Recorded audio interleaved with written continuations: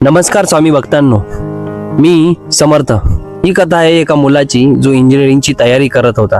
बाबा त्याला रोज एकच गोष्ट सांगायचे, बाळा अभ्यासावर लक्ष दे, मोठा इंजिनियर बन आणि आयुष्याला दिशा दे। पण त्या मुलाचं लक्ष अभ्यासाकडे नव्हतं। त्याचं स्वप्न वेगळंच होतं। त्याला फक्त एक बाईक हवी होती। मित्रांकडे बाईक होती, तो कोचिंगला जात होता तेव्हा रोज बाबांशी वाद व्हायचा। सगळ्यांकडे आहे, माझ्याकडेच का नाही?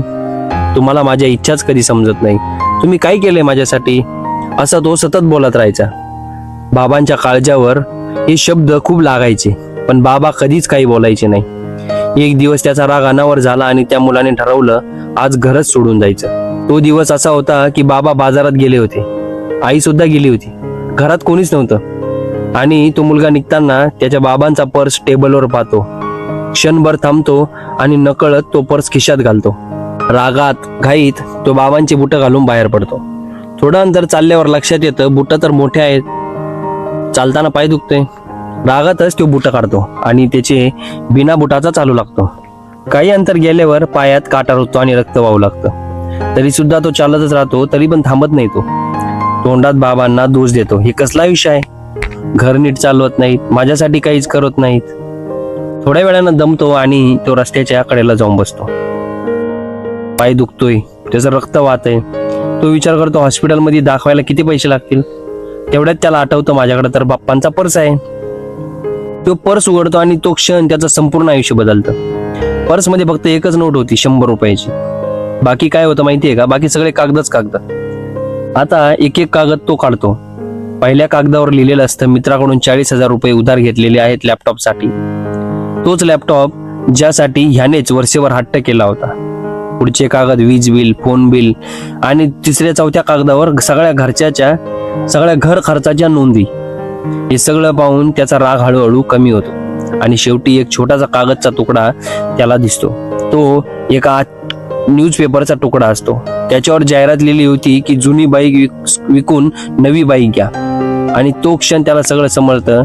खरं तर घरात एकच स्कूटर होता, ज्याने बाबा त्याला शाळेत सोडायचे, ट्युशनला घेऊन जायचे, सगळ्या गरजा भागवायचे।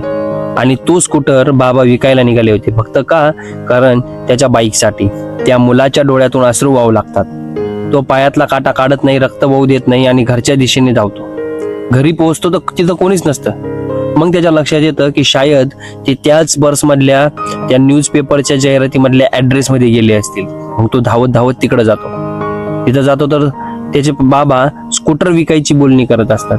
तो धावून बाबांच्या पायावर पडतो, म्हणतो बाबा मला माफ करा, स्कूटर विकू नका, मी इंजिनियर बनन, मी मेहनत करन, पण हा स्कूटर आपल्या घरात ठेवा।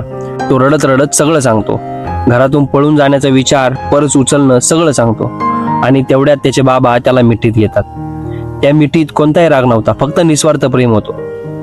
मित्रांनो, तेव्हा त्या मुलाला एक गोष्ट समजली की या जगातला सगळ्यात श्रीमंत माणूस कोण? जो स्वतः उपाशी राहतो आणि पण मुलांना उपाशी ठेवत नाही।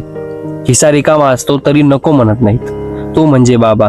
आणि अशाच लोकांच्या पाठीमागे स्वामी असतात, जे स्वतःला विसरून इतरांसाठी जगतात। स्वामी म्हणतात वेळ निघून गेल्यावर पश्चातापाचा उपयोग नसतो, म्हणून आजच आपल्या आई वडिलांना मिठी मारा, त्यांच्या त्यागाला सलाम करा। आणि अशाच हृदयाला भिडणाऱ्या नवीन कथा स्वामींच्या शिकवणीसह ऐकायच्या असतील तर आपल्या चॅनलला सबस्क्राईब करायला विसरू नका। पुन्हा भेटूया एका नवीन कथेसोबत। श्री स्वामी समर्थ।